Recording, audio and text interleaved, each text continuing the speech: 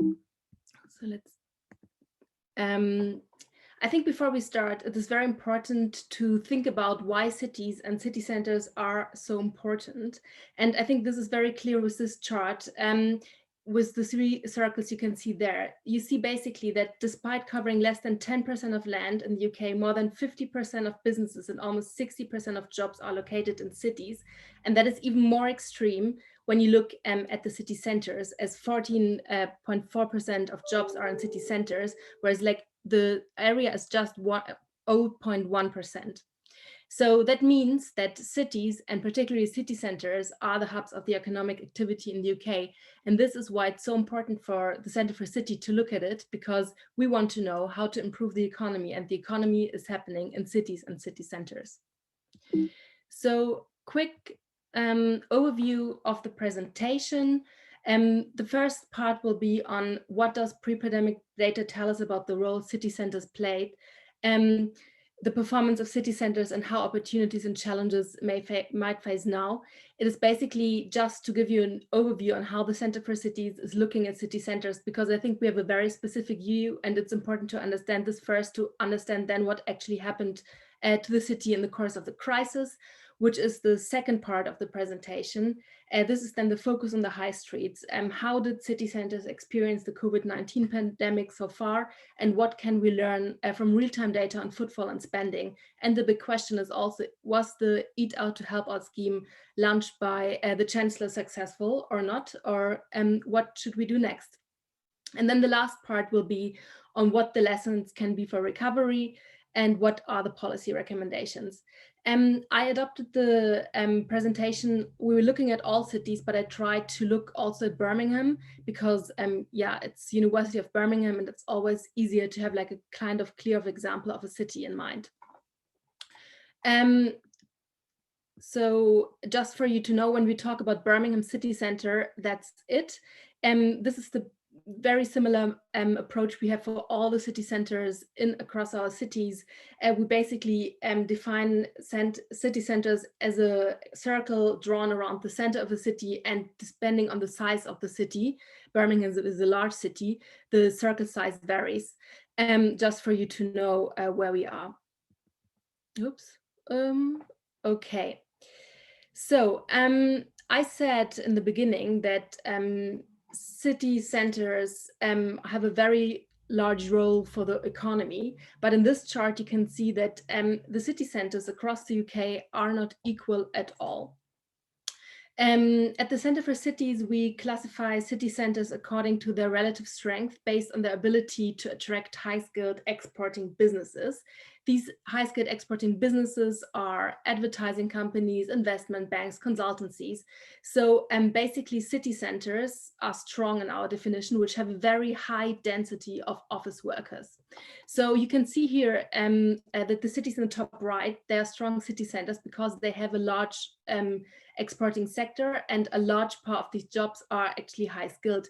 These cities are very often large cities such as London, Manchester, and also Birmingham, as you can see with the red arrow there, but also some smaller cities in the UK such as Oxford and Milton Keynes are very strong because they have city centres with a high share of these exporters. So the main characteristic of these high-skilled exporters is that they can sell beyond their local markets. They can sell to regional, to national or international markets. And because they don't sell to any particular market, they can locate where they want. That makes them in principle footloose. And this stands in contrast to the local services like hairdressers or cafes, which are tied to a local market and cannot really decide where they go because they have like a physical place where they cut the hairs of people. And we know from our research that the high-skilled exporting businesses, they tend to cluster in city centers of successful cities because these city centers offer specific benefits to these businesses that other areas of the UK, such as the ones we've seen in the previous cycles, suburbs of cities, hinterlands around cities, rural areas, are less able to.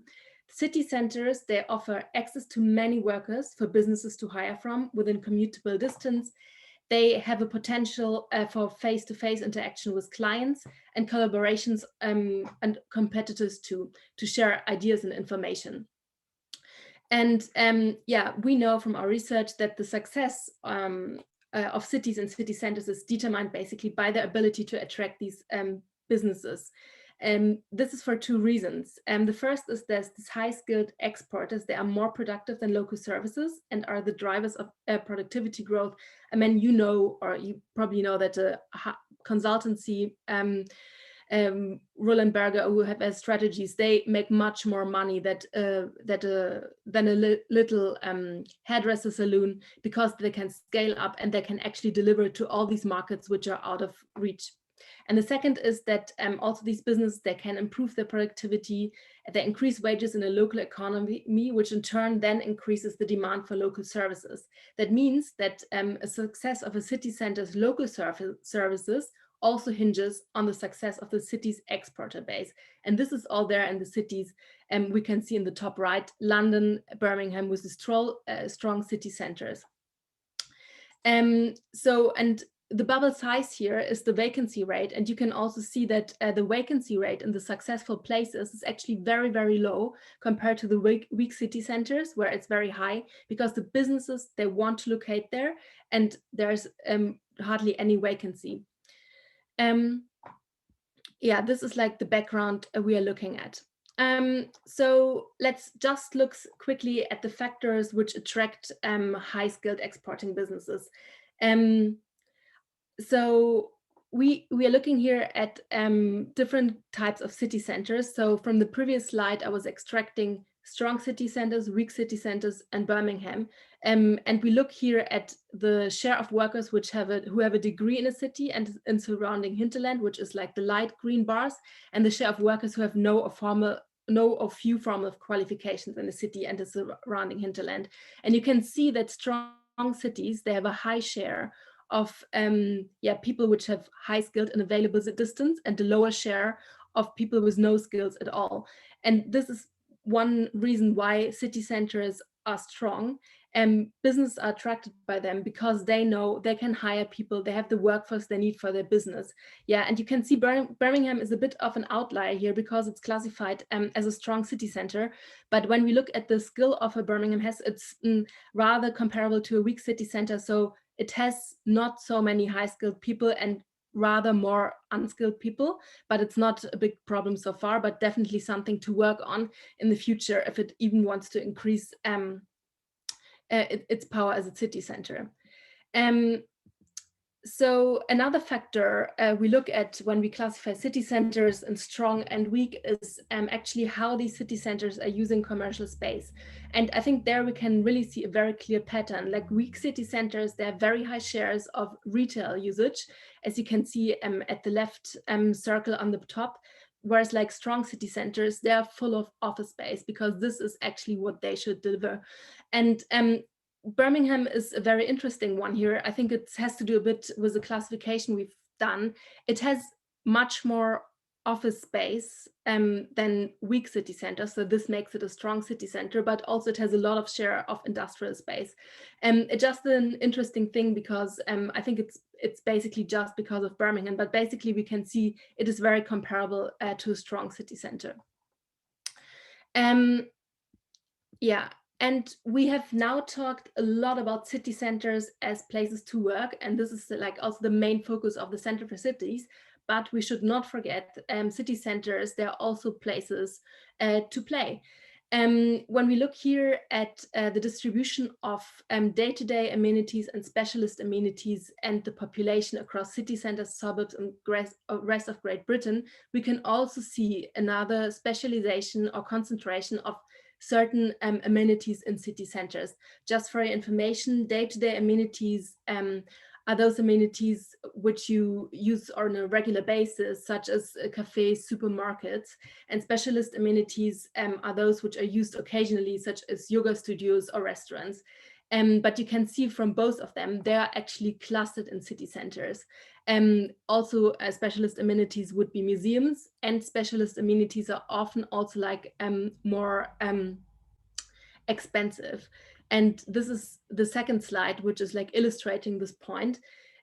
We have here the same figure we've seen in the beginning with the strong city centers and the weak city centers, but the bubble size now is the share of high street amenities that are premium it's a bit the same like specialist amenities. It's like premium amenities where you really pay quite some money for it.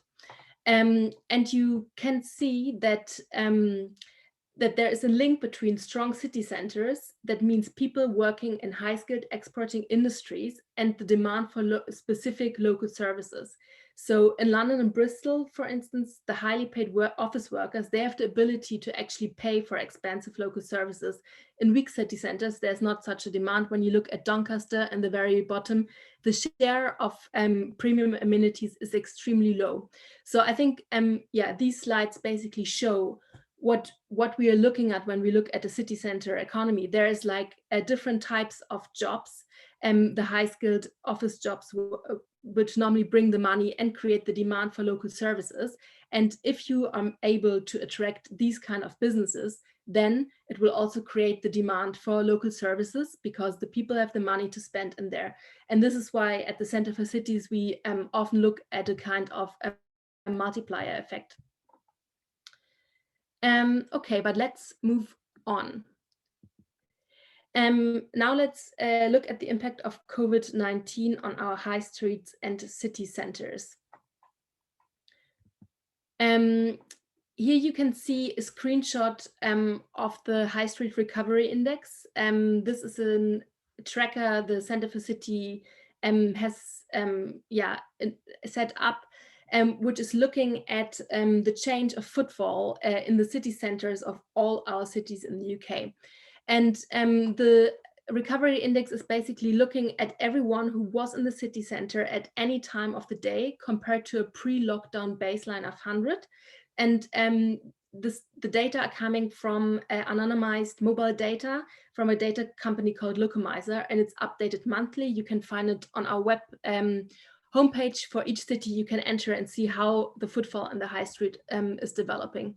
But let's look at what we see here.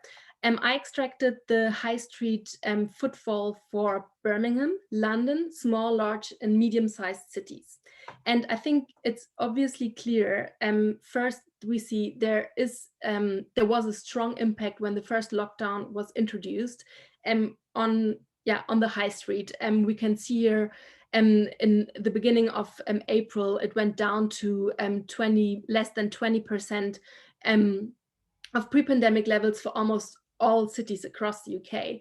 But when we then look at the recovery and the lifting of the lockdown, we see a quite different pattern across cities. So you can see that actually after the first lockdown, the activity fell much further in larger cities. So when shops and pubs reopened earlier in the summer, small and medium-sized cities bounced back much quicker than London, Birmingham, and other large cities. So at the end of August, before the second wave hit, or like close to the second wave, smaller cities had reached 90% recovery, while like Birmingham, as indicated with the light green line, and was only 60%, and in London was only 30% of pre-pandemic levels. And I mean, this is quite a big difference across cities. And the question is now, why did the reopening of amenities, so the lifting of the lockdown, did not trigger a massive flows of people back to the high street in larger city centers such as London and Birmingham? And this has mainly to do with the work from home patterns. In the first part of the presentation, when we were looking at how city centers are looking like and whether they're office worker or not, we saw that many large cities were actually classified as strong city centers because they have a high concentration of office jobs in their centers. And we also know that the office workers, which mainly work from home since last year in March, so I haven't been in the office since 1 year, apart from 2 times, they are, so these office workers, they are located in these big cities.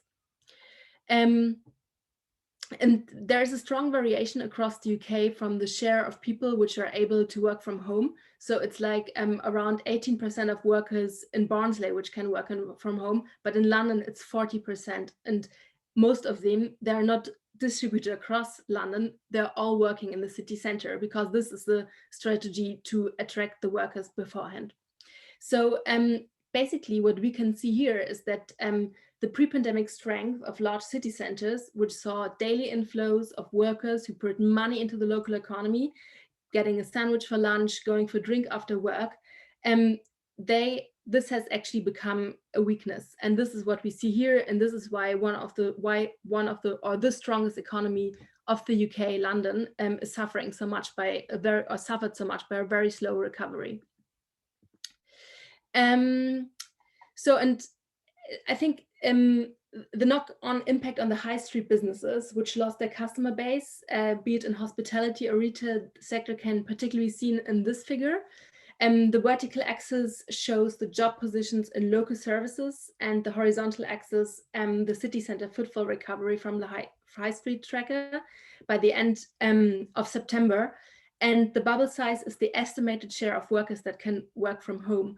And there you can see that after the first lockdown, local services recovered slower in places where more people work from home and stay away from city centers. So you can see at the very left, you can see London. The recovery of job postings was like still 60% yet less. Whereas like in Birkenhead, it was almost recovered to minus 20%, because in London city center, no one, or like hardly anyone, went actually to go for drinks or restaurants. And the different roles city centers played during the last year and during the pandemic becomes also particularly visible when we look at this figure. This is the high street tracker for Birmingham, but we are now not looking at all people going to the city center at all times. We're differentiating it here into nighttime, weekend, and workers. So according to the footfall. And there we can see that is actually a large difference between these three groups of people.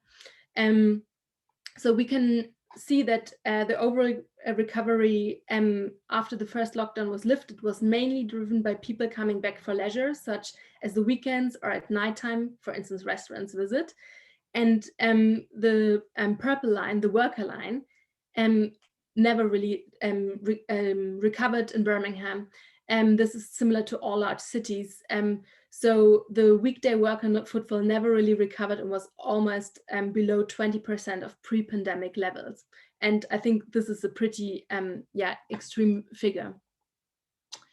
And so we looked already at the impact of the pandemic on the local service jobs postings. And this year is now looking at spending data. It's taking from credit card transactions. And there we can also see what happened to the spending in the city and the city center. The dark green line shows the spending in the city centers across the UK, and the light green line, the overall spend in the city, and the pink one shows the in-store spending. So you can see that after the first lockdown was introduced, for all these three groups, the spending dropped. But then after the lockdown was lifted, spending overall recovered in Birmingham, but not in the city center. So basically, the city center was mostly affected by the lack of spending in there. And this is also, as shown before, driven by the workers not coming back. For sure, also like tourists coming into the city center or business trips into the city center. And I just added this slide because a lot of the discussion we are confronted with or working at is dealing with the question, is there a big danger now from online shopping? Is retail, is the high street dead because of online shopping? And what this figure shows is basically the share of online shopping as a share of overall spend. And the light green bars are the spending in February 2020, so prior to the crisis. And this was like in the cities, I would say between 17 and 25%. Cambridge, the capital of online shopping, compared to Burnley. And the green bars on top, the dark green ones, are like the markup which on online shopping, which was added just by the crisis. And you can see it is a noticeable trend that there is more online shopping, but it's not that suddenly there is much more online shopping just because of the crisis. Yeah, now the big question is, what did policy already do to bring people back to the city centers? So we know now from the data too that the city center is empty, basically because office workers are lacking, but for a lot of cities or places, it was also because like the tourists were not there anymore. So you probably still remember last August, the chancellor, he designed a novel policy idea to get people out and to spend again as the lockdown of restrictions of the first lockdown were lifted. And the Eat Out to Help Out scheme gave a 50% discount on food and drink, up to £10 per person on Mondays to Wednesdays. And to get a deeper understanding of the Eat Out to Help Out's impact, we examined the number of cart sales in cafes, restaurants and fast food outlets and footfall in the centers of the UK cities and large towns across August, and compared it to the same figures for the last week of July 2020, and also in the end to August 2019 to understand the impact of the scheme and what it means for the wider context. So the first result we've seen, or my colleagues seen because they've done the analysis I'm presenting, was that both consumer sales and footfall increased on Eat Out to Help Out nights. So the number of sales, as you can see on the left side, was up 49% on average in city centers in the UK, and footfall in city centers at the right side was up 23% on Monday to Wednesday nights in August compared to the same nights in the end of July. So you can also see in the tables, as usual, there's a large variation across cities. So we have here Leicester at top, where sales increased by 434%. And this is in contrast to Aberdeen, where sales dropped by 49%.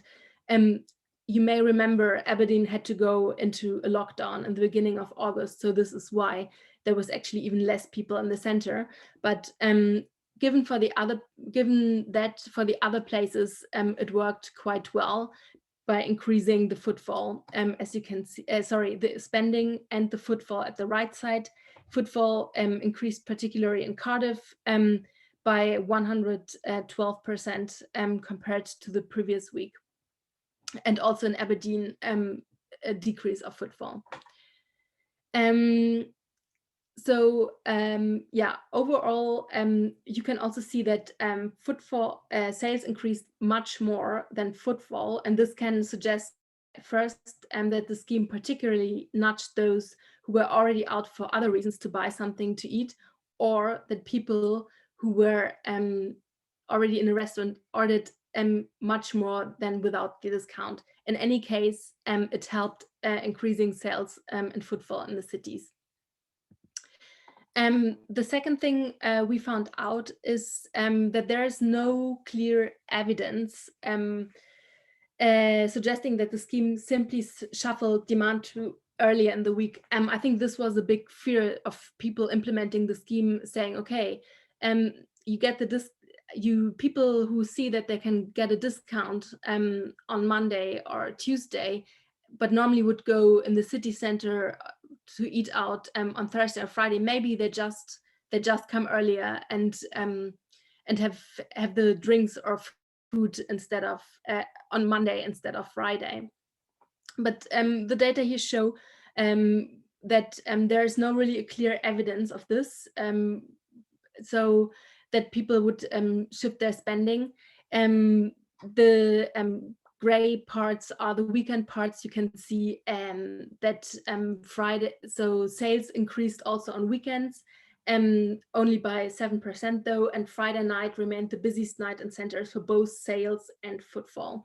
So basically you can say from this figure that people actually came in addition to Friday and Saturday to the city centers to consume, given the benefits of the Eat Out to Help Out scheme. And what we also found was that eating out wasn't just an initial novelty, as the sales were up the whole month. So here you can see that the popularity of the scheme started strong and built up over the months. So every week of August, the sales of the Eat Out to Help Out scheme increased a bit more. And you can see the largest jump was then by the end of the month in the week 3 to 4, where basically it jumped by another 20%. The sales of the it jumped by another 20%. So that means that, and in addition, we did an analysis whether the people would spend more, less, or similar. And we found that the people did not spend less just because they got a discount. They spent even a bit more than usually. So this would we say is like also another success of the Eat Out to Help Out scheme. Nevertheless, when we look at the overall sales in August 2020, there was still only 2/3 of what there were in August 2019. You see this average number I've just mentioned to you with the purple bar on the right. So most cities, they did not recover in comparison or like to the levels they were at just 1 year before. There are some outliers on the left side, cities which basically performed better than 2019. But these cities, they are mainly seaside towns. So maybe or probably they were also benefiting from people going less on international holidays. So they would rather flock into cities like Brighton, Plymouth, and Worthing, because those sold more meals in August 2020 than they did in August 2019. Yeah, so this is everything we have from our Eat Out to Help Out scheme. And now I think, yeah, it is time to talk about the policy implications of everything we've seen. I know it was pretty complex. So the first thing is that online shopping, as we've seen, is less of a threat for the high street than the lack of spending power, because it's a lack of spending power which is clearly missing there. And large and strong city centers are particularly affected by the crisis. And yeah, the recovery depends now on office workers, particularly in these cities where we have seen the biggest drop. And there are the reasons to believe that workers will actually come back even just a few days a week. So I think what we've seen is like for a lot of cities, the recovery was actually existing or came after the restrictions were relieved. Just for some cities, it was really a big problem. And the challenge will be not only simply to attract workers back to the office, but also to build a stronger labor market pool, which will boost footfall and spend, if you think about more longer term strategies for city centers, because what we've seen in the beginning of the presentation was basically that those city centers performed well, crisis or not, or like, so without the crisis, which had like a high pool of high skilled people and were able to attract the right businesses. So, and as shopping and work patterns may change, we're likely to see long-term changes in the demand for high street businesses, to which the city center needs to adapt. And maybe we need to redefine the city center's role towards what we can't have at home, because retail cannot be the answer. Yeah, so summary policy implications. These apply to most of the cities, whereas like there are differences between the strengths and weaknesses of cities. So in the short term, it's basically rebuild the trust in the public transport and give confidence to the return to the high street. Because yeah, it was the lack of people in the city centers which basically gave them the final kick to not recover anymore. And from the Center for Cities, we also think that given that the Eat Out to Help Out scheme was pretty successful, there should be maybe a second Eat Out to Help Out scheme. What we would recommend is rather a spend out a scheme which is not only focused on hospitality, but maybe also on like retail to really give the high street a boost. And another point is to adapt new office space towards more flexible multi-purpose uses, and ease planning rules to allow for more flexible uses of the high street. So for instance, to allow businesses to operate on pavements, use parking space. The whole social distancing discussion will probably be with us for quite a while, even though that the high street is recovering and the vaccine shows effects. So this is like the short-term policy implications we should have.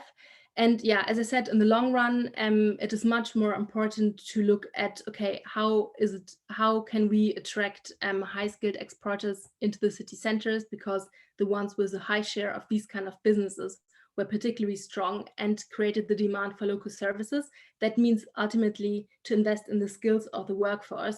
There are many different ways. It can be, and it must be really responding to the challenges, the skill challenges the cities are facing. We see in our work, some people, some cities, they're particularly maybe interested in further education, added education. Others, they really need to work on the basic skills of their workforce or the children. So investing in the skills is the most important thing for city center recovery. And then also moving away from the over-reliance on retail and adapting the shopping space rather for education, arts and culture, leisure and residential, above on top to office space. And yeah, a slide I haven't shown is on the high quality of office space that also plays a very elevated role for attracting high-skilled businesses. So making the city centers much more attractive for those businesses to settle there. And for places like Birmingham, which see a lot of pressure from the commuters commuting in, also investing more in public transport is essential. Me and my colleague, we have written a report exactly on this topic. And for Birmingham, the danger is simply that there's no capacity anymore in the transport system. So the investment should go into this direction. And for sure, given the crisis, also building on existing active travel strength. Yeah. And relocate public space for walking and cycling. I think there are many trends. This is a recommendation we give too, but it's not the main recommendations, because in the center of our work, there's always, how to actually let people come from very far away to the city centers, because cities, are the hubs of the economy and serve the whole region. Yeah, so that was it already. I hope I'm on time. Yes, I am.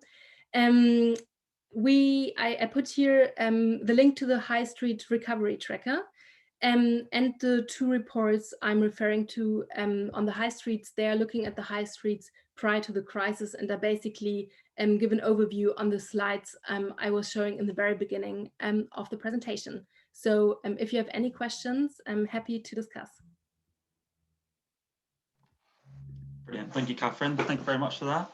Can we have any questions yet at all? Or no questions yet, but if you want to put them in the chat, we can take them as we go along. Yeah, I mean, I've got a question for myself, I guess. What was the most surprising finding of your research? What was the most surprising? Surprising, something that you didn't expect to find in the research that you did.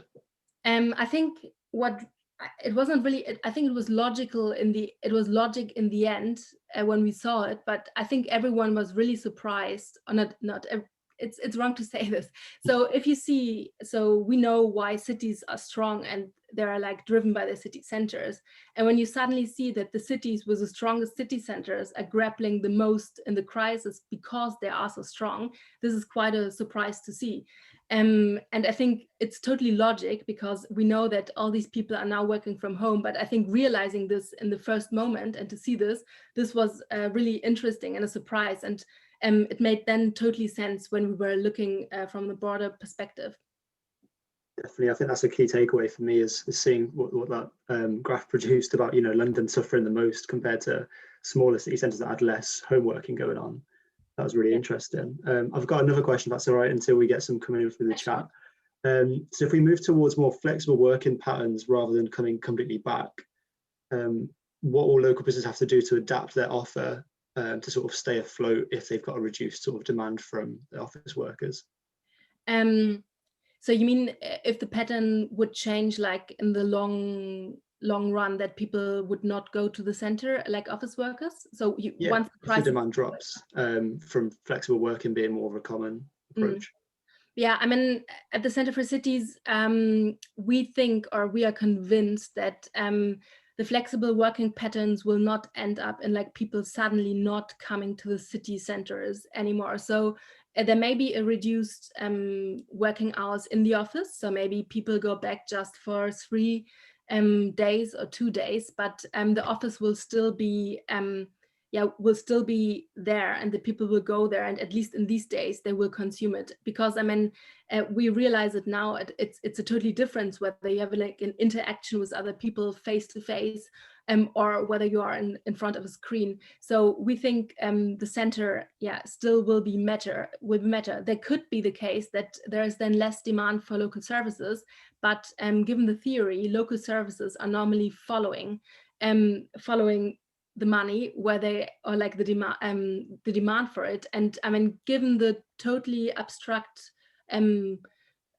thinking that I don't know, a significant share of office workers is now always working from Sydenham High Street instead of London Bridge, then probably the local services will just go there and offer there more because there is a demand. So this would be the logical argument. But yeah, as I said, we don't think that the city is dead, particularly because people don't go in the city only to work. They also go there to have fun.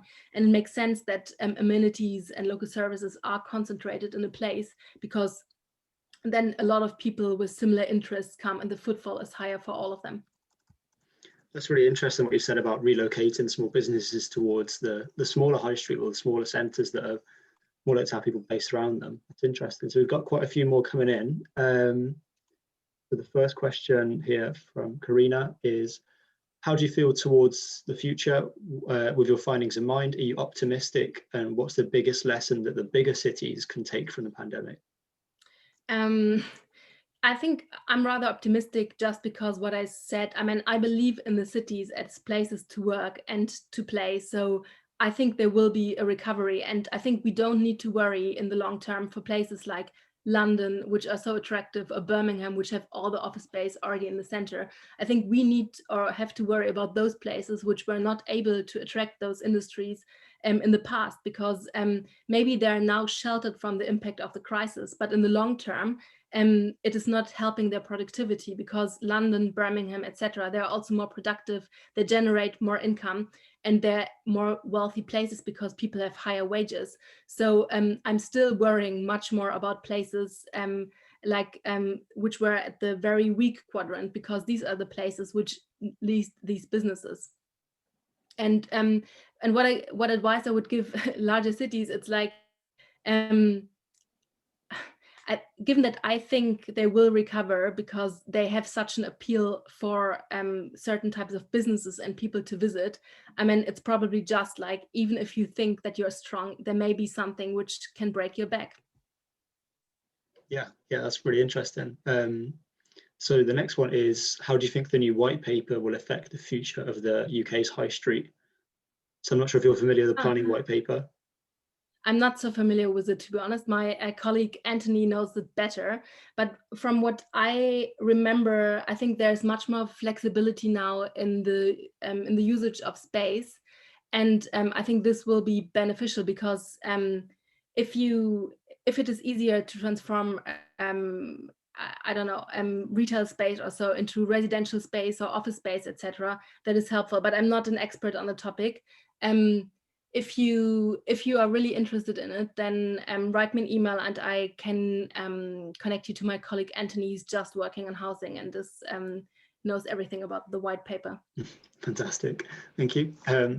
So Gina asks, do you think temporary usages of public spaces could be beneficial with the temperamental change we see in public behaviour, so footfall and land use? So how do you think these temporary spaces can benefit the high street? What is meant, is it something that, for instance, restaurants can suddenly put chairs on the high street, or like there's less parking space but more outdoor eating, something like this? Yeah, so those are sort of temporary uses. So how do you think they can sort of provide resilience to the high street in the long term? I think that's a very interesting question. It's a bit outside of my kind of research, so I can just only guess what will happen. I mean, I'm from Germany, and I was always very much surprised that in the UK there was not so much outdoor seating. In Germany, that's much more existing there. So I was then surprised during the crisis to see, okay, now things are really changing. But I was also thinking, maybe there's a reason for why it was not there before. So I could imagine that some of these stay, but I think in the end it will be always a question,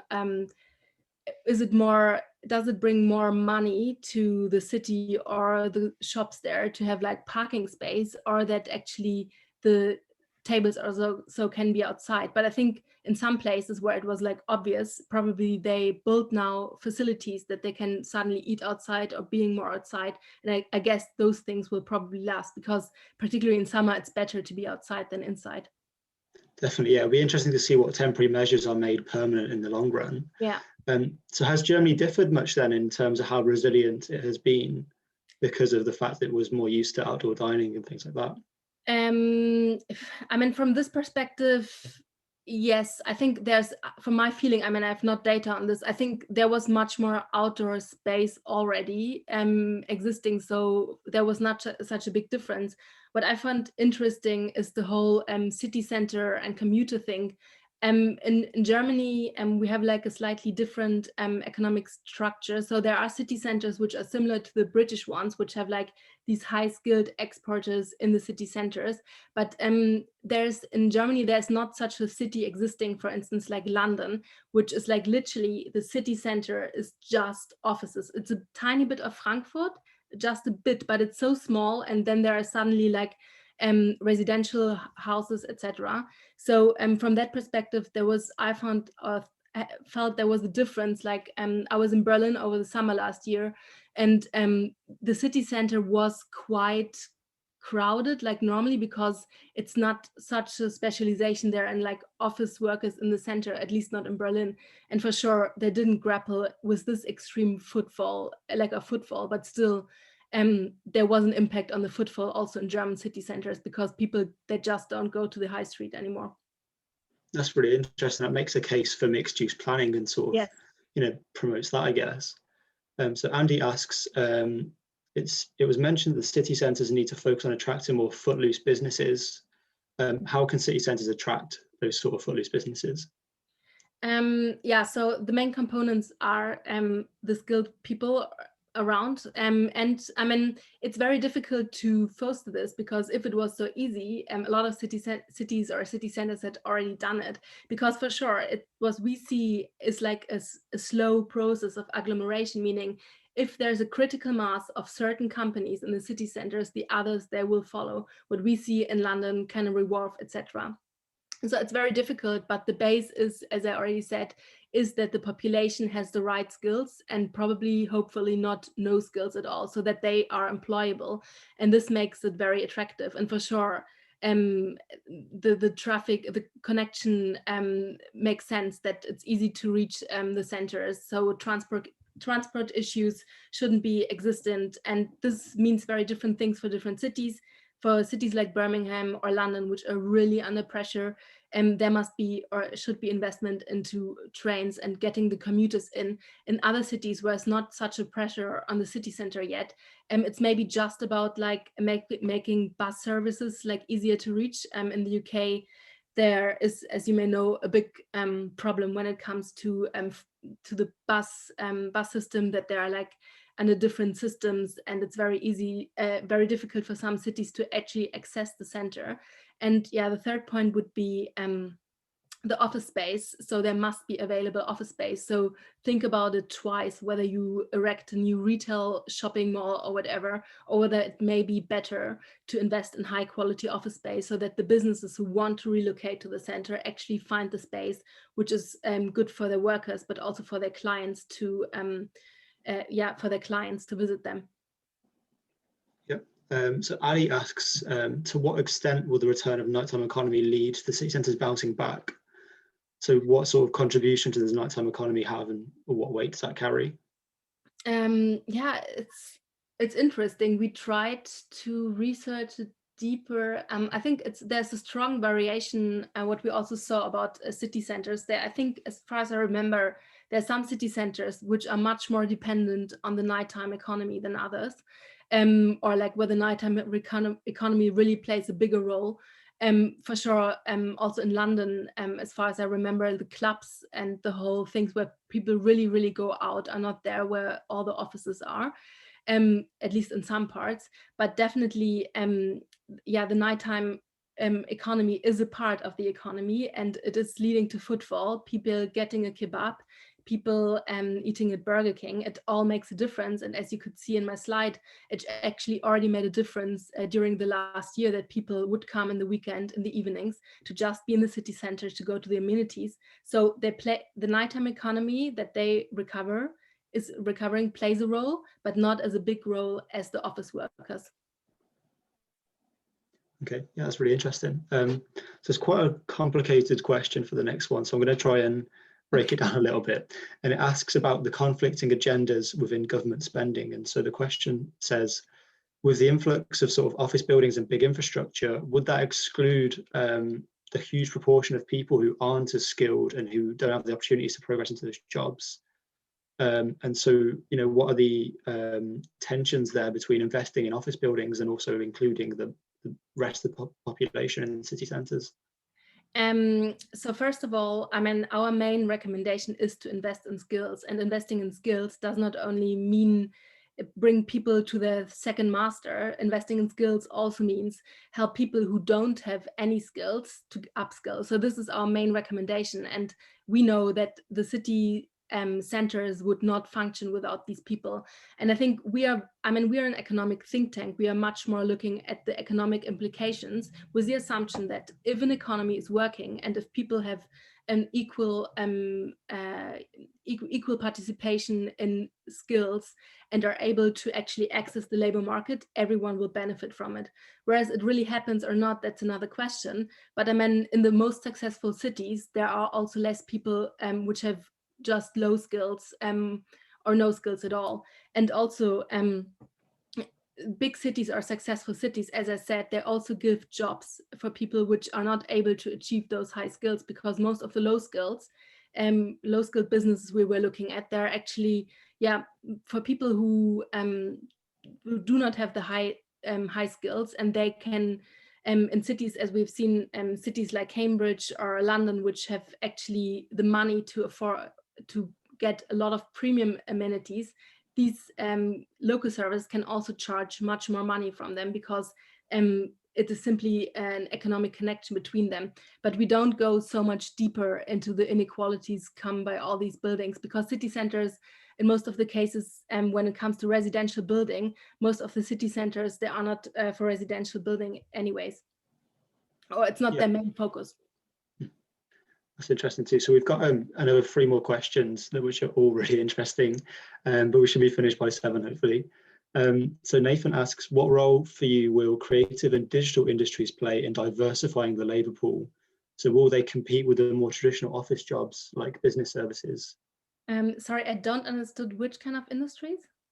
Creative and digital, so tech sort of sector, and also the more creative stuff. Yeah, no, there are normally creative industries are parts of the high-skilled exporting jobs. It would also have, it would be something like advertising, all these jobs, they are mostly part of the high-skilled jobs. And I mean, for sure, creative industries is another topic which I think it's important to look at, because creative industries is one of the strengths of the UK. And it has been heavily affected during the crisis. And I think getting them back on their feet will also be very important to spur the overall economy of the UK, because it's such a strength.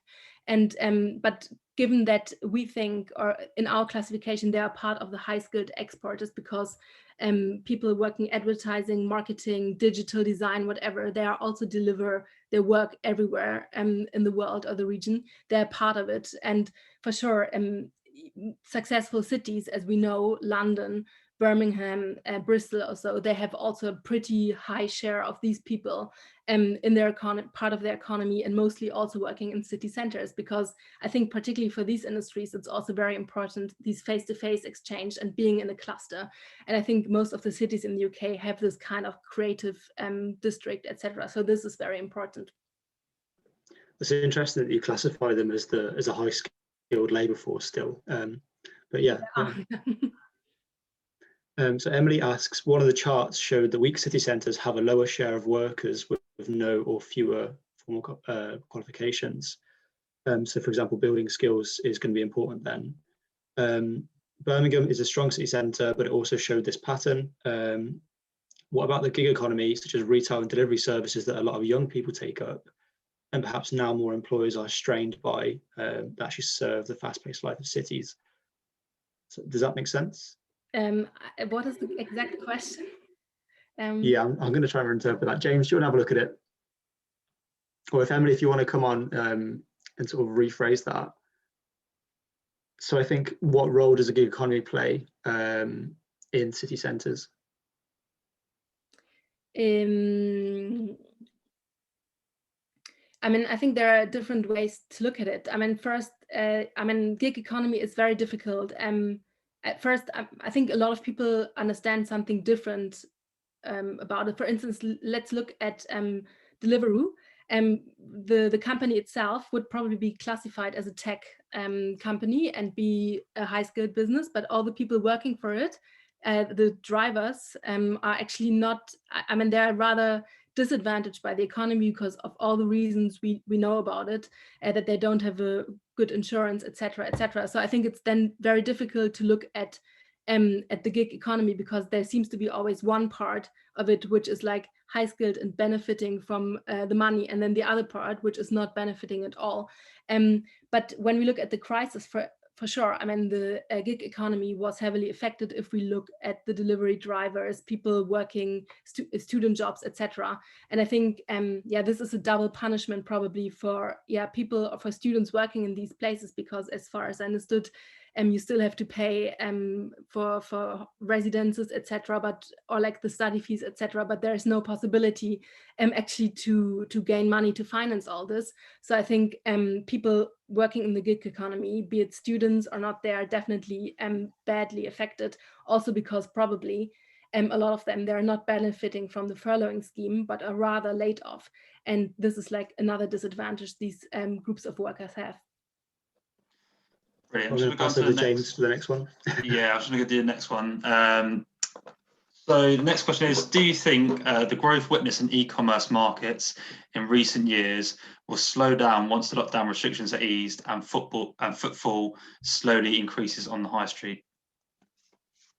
Yes, I mean, we did several studies on this, and I was trying to show it with the slide on the increase of online shopping. The thing is, and this is like a lot of our slides and things we're looking at are always showing the same. If you are in a successful city center, it does not matter whether people are online shopping there, they will still go into the shops in the high street. So it seems to be not really online shopping versus the high street. And it is rather about, okay, what else is there when people would go there. So I think for some cities, it is a problem, but for the majority of cities, for some cities, they don't need to worry about this, because the impact of online shopping is not so visible. For sure, I mean, more people will probably will buy online or so, but this is then also a question how high streets are reacting to this, and I wrote this in the slides.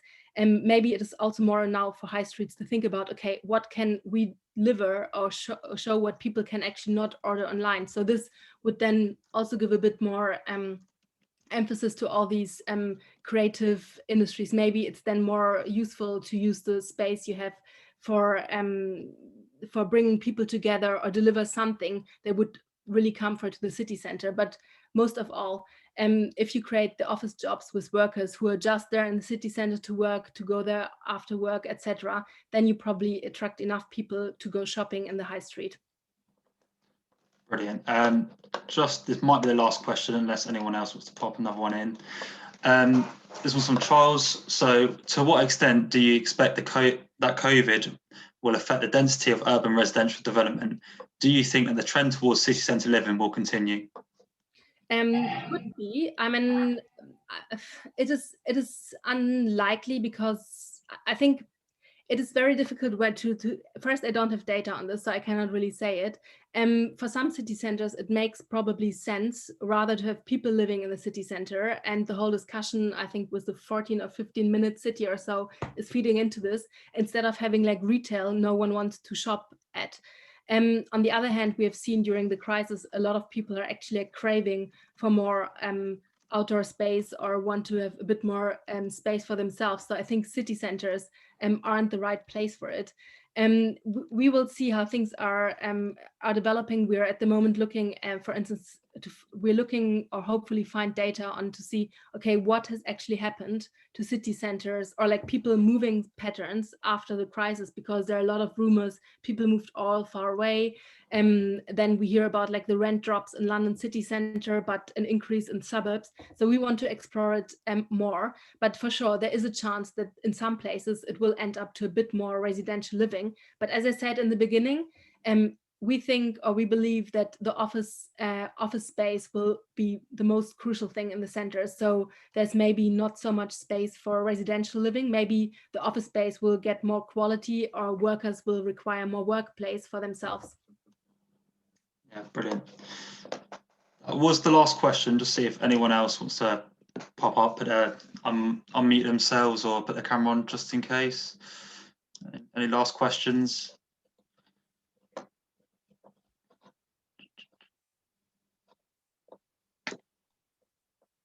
No, brilliant. Well, Kathrin, thank you very much. I know I certainly thoroughly enjoyed it, and I think I speak on behalf of everyone else tonight. Really insightful, and I think a lot of people, didn't expect some of the results on the graphs that you showed tonight. I know I wasn't expecting that from the Eat Out to Help Out in terms of the different cities and how they rank. So that was really interesting. Thank you very much. Thank you everyone else for turning up tonight for the event. Please look out for more events between Kinvig and UAB, hopefully for the rest of the year. So thank you very much. Camilla, do you have anything else to add? Just one, if you have questions, you can just write me an email, and I will share the slides with you. So there you have like the basic links, and all the slides I've shown you also find in either reports or blogs on our website. So if you have more questions or so, just let me know. Brilliant.